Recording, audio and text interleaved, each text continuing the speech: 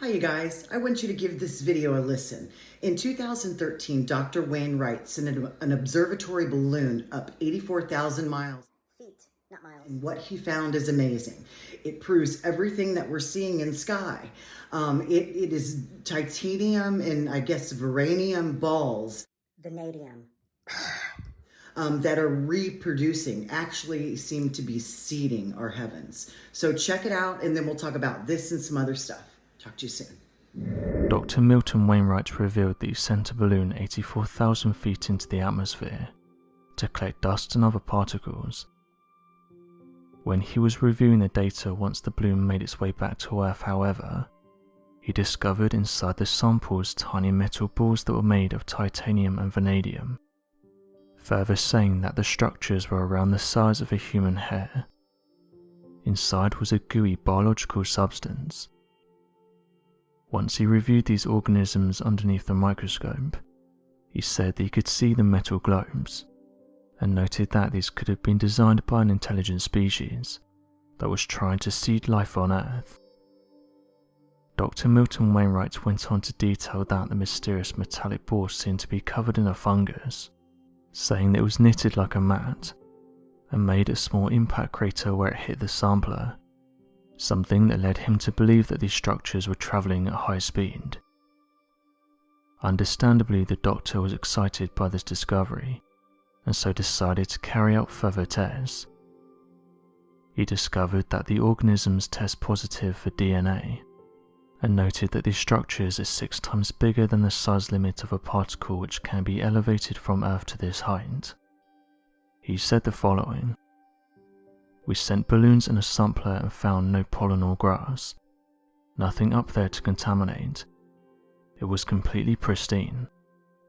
For these reasons we think the organisms are coming from space. All the time you walk outside, you're being pelted with organisms that come from space." Dr. Wainwright's research has been heavily debated by other scientists, saying that this isn't enough data to go by. The doctor responded with the following: "The critics say the samples we obtained must have come from Earth, that there must be a mechanism which can lift these particles from Earth to the stratosphere. However, we've provided evidence that the DNA containing masses, plus other strange organisms we've isolated are not associated with pollen, grass and fungal spores in our sampler. If our organisms come from Earth, they must be contaminated with common Earth organisms, and they're not. We will probably not be believed until NASA reports our findings. I suspect that NASA will then try to take credit by claiming that their methods were somehow more sterile or precise." Dr. Wainwright, who specializes in microbiology, then revealed an image of these structures, saying that once in the lab they started to spew out a gooey substance. The doctor then theorized that this discovery could be an example of panspermia, which is the idea that Earth was seeded by an advanced civilization.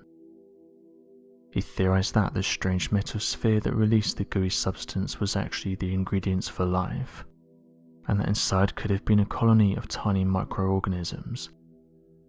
He continued with the following: "The sphere made an impact crater on the sampling stub. This proves beyond doubt that the particle was travelling at speed from space when it was sampled. Using X-ray analysis to examine the strange object, the doctor discovered that the round sphere was actually made from titanium.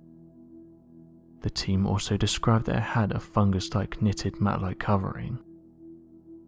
Wainwright published his findings in the Journal of Cosmology, but those who checked back in order to see what was made of this study revealed that the article had been removed. As we move forward, people are starting to look to the stars for answers. So, what do you guys think? I thought it was amazing that there was nothing from Earth that contaminated his studies. Everything he found that was in addition to what he sent up was extraterrestrial or something he had never seen.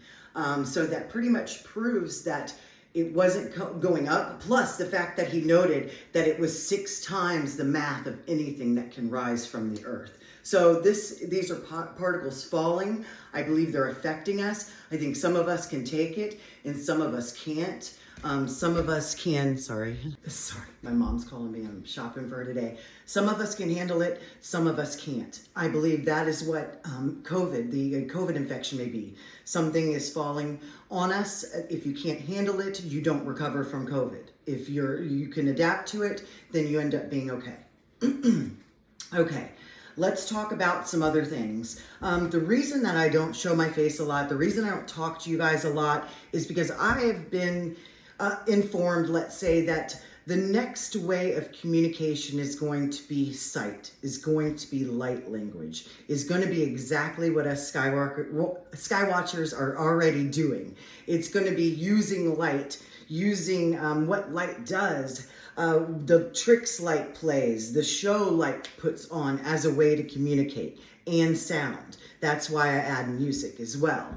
It's not going to be words so much, and it's hopefully not going to be what AI is pushing, and that's this new digital age. It's going to be something else. So we are already ahead of the game. We're already seeing the spectrum. And not only that is we got to understand that energy also has a spectrum. So if you're having sightings or if you're having some sort of communication, then you have aligned with this frequency, with this higher frequency. And honestly, you can say angels, demons, good, bad. That is above my pay grade and knowledge level to say whether it's good or bad. The things that I get knowledge from, the things that I communicate with are so much higher and better than I am, then I don't question whether they're good or bad, because that's just not up to me to decide. So basically, like a radio wave, like a radio tuning in, you have tuned into this frequency, and that's why you can see, that's why you can hear. So with the sight comes hearing, and just comes knowledge. If you get a sight, if you get a thought, have notes on your phone, have a notepad where you record it so you can start to put these things together. You're so special. Like I say, if you're here, you're special. You're here for a reason. You're picking up on something. You're already a step ahead of the game.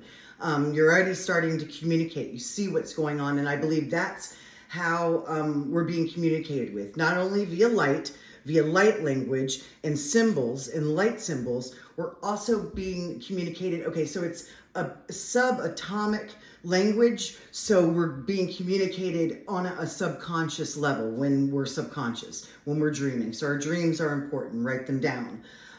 What else did I want to talk to you guys about? So, lean forward. Don't always question, I had contact with something. Is it good? Is it bad?